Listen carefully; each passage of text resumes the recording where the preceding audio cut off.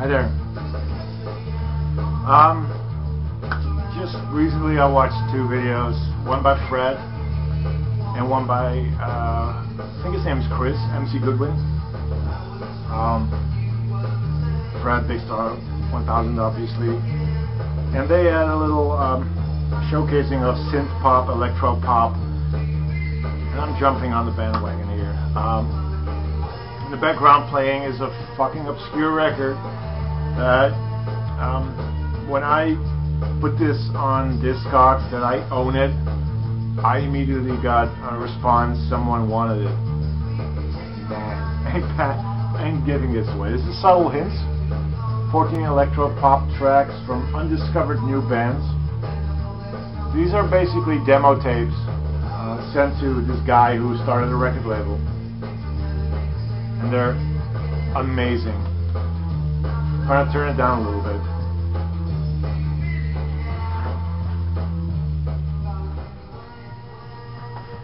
But yeah, if you ever see it, I picked it up for 15 guilders, which would be about 8 euros right now. It's worth a lot more. I think I've seen it go for over $100 in great condition. Mine is a little damaged here, but it's well worth picking up if you see it for a very good price. I don't think it's worth $100. I don't think any record is worth $100. I'm going to do these alphabetically.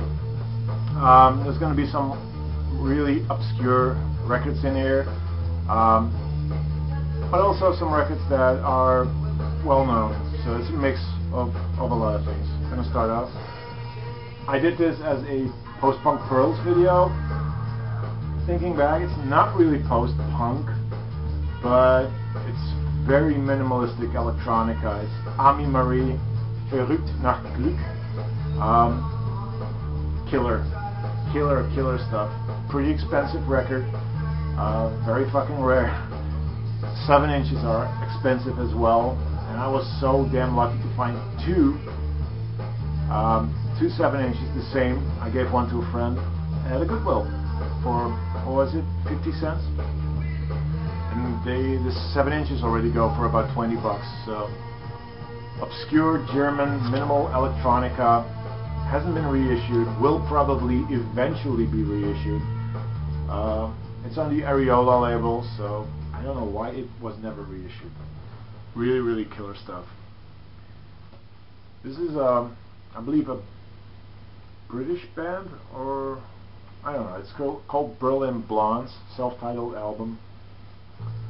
And this is just a really good synth-pop record on EMI Odeon from 1980.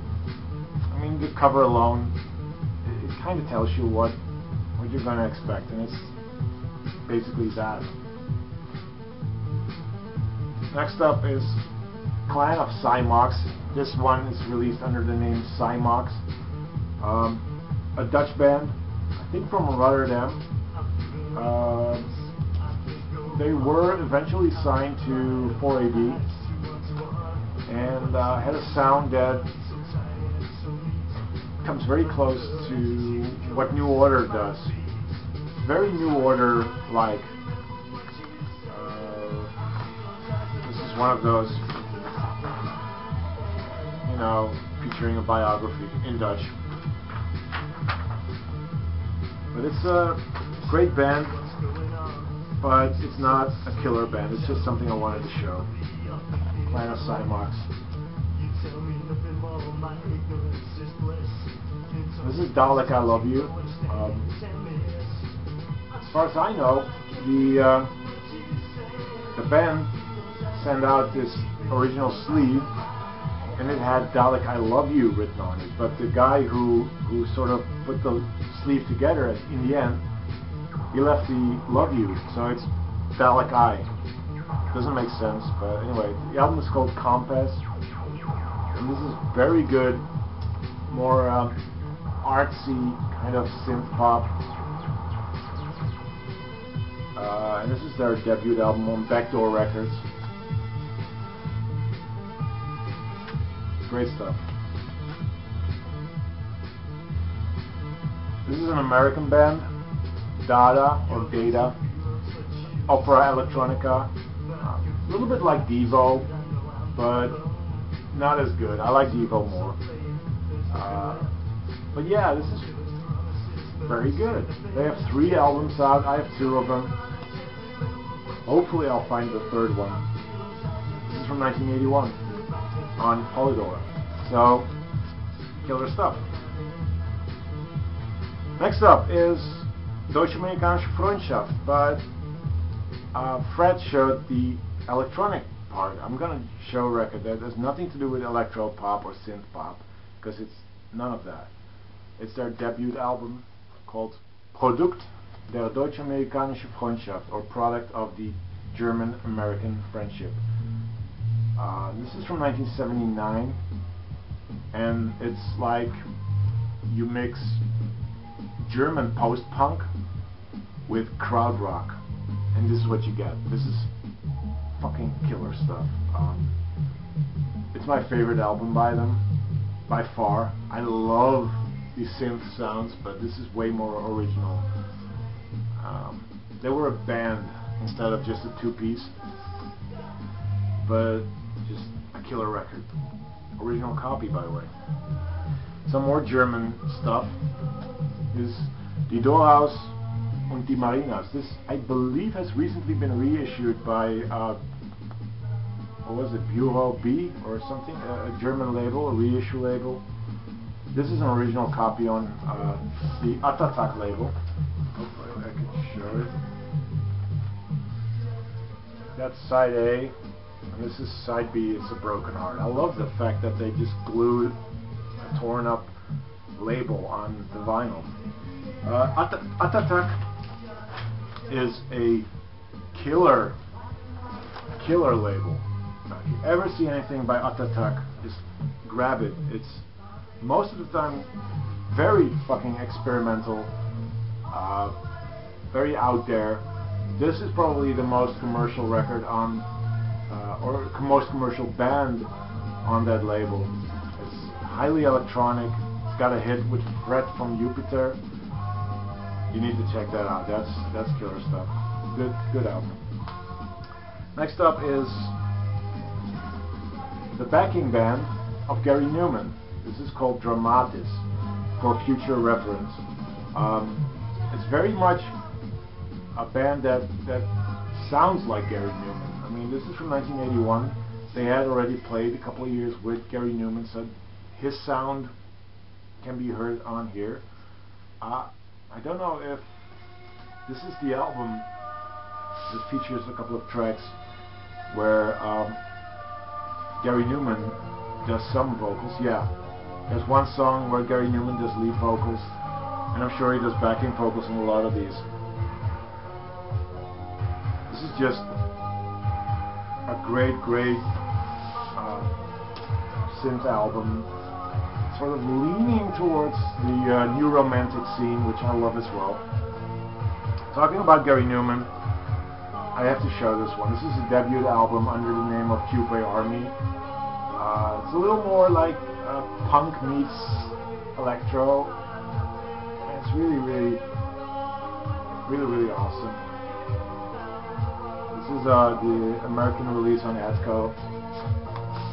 Comes with the original insert, original sleeve. Good stuff. This is the Gleaming Spires, Songs of the Spires. Not great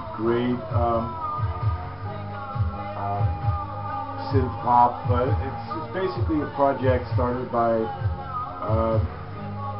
these two guys, of which one was a member of Sparks and one, I think, was a member of Devo. I could be wrong, but I know there's a connection between those two bands. It's on the amazing Posh Boy label. I love the silver label of Posh Boy. They have another album which I like less than this one. This is more synthy. Good stuff. Essential synth pop from the UK is this one, Heaven 17. Penthouse and Pavement. They were. This basically is half of what the original Human League were back in the day. They sort of separated, and these guys went on to do this project, which got them a lot of, you know, recognition and notoriety, and later on they became kind of boring. But this is a killer album. Side A is good pop music, but side B is just amazing synth pop that, you know, just one after the other is just a great track. Great tracks. Sorry. And we have John Fox, Metamatic. John Fox, the original lead singer of Ultra Fox. The version of Ultra Fox I like best. I don't mind listening to mature Ultra Fox. I like it, but the stuff he did, it was different. It was a lot more interesting, and more. This stuff is a lot more electronic. Rumors are that this sound was later copied by Gary Numan, and Gary Numan made it famous. So John Fox didn't have a lot of luck. First off, the band he was in became more famous after he left, and then this guy takes the sound he created and becomes famous with it. Anyway, this is a killer album. If you see it, pick it up. Some more German stuff. Die Krups, Volle Kraft voraus, Full Speed Ahead, 1982. This band started out as an experimental new wave band, post-punk band. Then they released this, which is a full-on synthesizer, just great album. And then they became an industrial band and sort of lost their charm. This is a great album, which is pretty easy to get here in Europe. I don't know about America. It has both English and German lyrics, but the vocals are all in German. Killer stuff. If you kind of like Front 242, this is similar. Killer synth pop, Leo.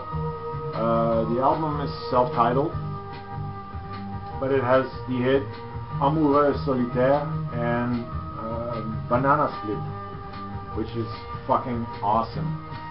It comes with a little clothing you can cut out, and you can dress Leo there. I believe she was from Luxembourg, and she sings in French. And she released several albums, of which this one is her most popular, I believe. Great stuff. From Canada, Man Without Hats. This is their best known. It has Safety Dance on it, Rhythm of Youth. It's on the amazing Static label. Well, you don't really see it. This is on Virgin, but it has the Static logo there. Static is just a killer label. If you see stuff on it, take a good look at what's on it, and then pick it up. It features a band with electronica, with synthesizers. You can't go wrong. It's good stuff. This is a killer album. Fred doesn't have this one. I just wanted to show it. This is Organization by Orchestral Maneuvers in the Dark. In a text response, I said the first 4 records are killer, and they are. I don't know which one is my favorite, but this is a really good one. And like Fred said, Enola Gay, just an amazing record. This is another American band, more pop than synth pop, but it's pretty good. This is Our Daughter's Wedding with ODW. Sorry, no, it's called Moving Windows. And yeah, it has an American synth sound, which is different than a European sound, but it's still really good. More minimal experimental electronica, The Passage. I believe this is their first record. I could be wrong. It's called Pin Drop. It's from 1980 on Object Records. And like I said, it's very minimalistic and experimental. Good stuff. More German stuff. Peter Schilling, Fehler im System. Malfunction in the system. That's what I'm having right now. Again, lyrics are here. Everyone, I guess most of you know Major Tom. That's on here. But the rest of the album is equally as good. Killer synth-pop. Early records by Simple Minds. Can't go wrong there. Just an amazing band. I still need Sister Feelings Call. I need that one. And then I have probably the best records that they released. This is from 1981. Features The American. Good stuff. More New Romantics, but this is a great album. The only album worth picking up by this band, unless you like really cheesy pop from the 80s.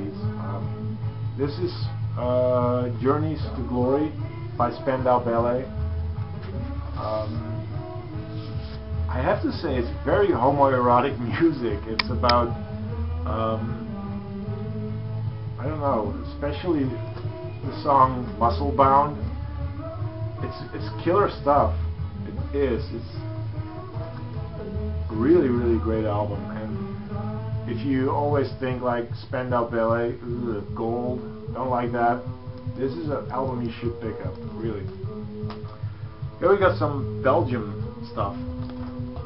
Telex, More Than Distance.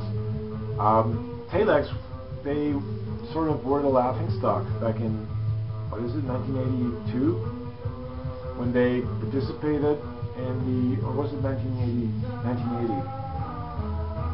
Yeah, 1980. They were the laughingstock of Europe when they participated in the Eurovision Song Contest with a song called Eurovision. They're not the laughingstock. They were the best thing to happen to the Eurovision Song Contest. Kraftwerk, like synth music, killer stuff. Killer stuff. Yeah, just not a laughingstock. They're really good. I got two more. First up, Visage, which is amazing. It features a couple of members of Ultrafox, Mitch Ure and Billy Currie. It has Barry Adamson on bass, so there's a lot of really good musicians on here. Mitch Ure wrote a lot of compositions. It's produced by Mitch Ure, but it doesn't sound like Ultrafox. I like this better than Ultrafox. Fade to Grey, Blocks on Blocks, Tar, Mind of a Toy, self-titled debut album of Visage. Great stuff. Their second one, The Anvil, great album as well. And then Yazoo, which I think was released in America as Yes.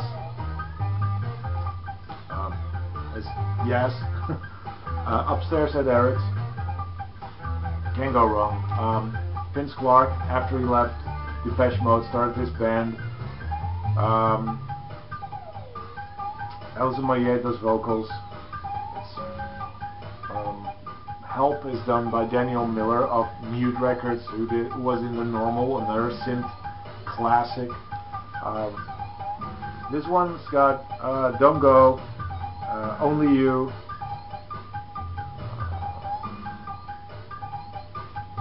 In My Room. Great album. Original Inner Sleeve. Yeah. So that's what I have to offer to this little thread or series of videos. Hope you guys liked it, and I'll be doing more videos today or this week, so keep an eye out for that. Peace.